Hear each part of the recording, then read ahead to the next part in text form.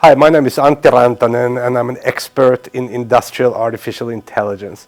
My background is that I've been a 25 years management consultant in digital transformation, and I have seen the transformations of lots of different industries, from media to music industry to banks to e-commerce.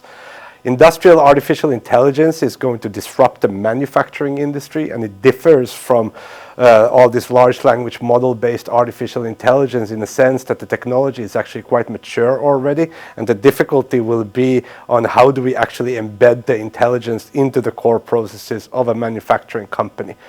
In my speaking engagements, I talk about what is industrial AI, how does it need the organizational change, how should you train your employees with this revolution?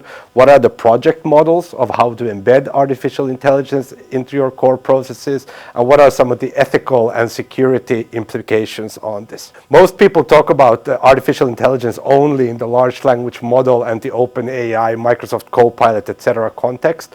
My speaking engagements differ a lot from those because I talk about technologies right now and how do we embed them into the core processes, and why it will have a 30 to 50% value creation opportunity for all industrial companies.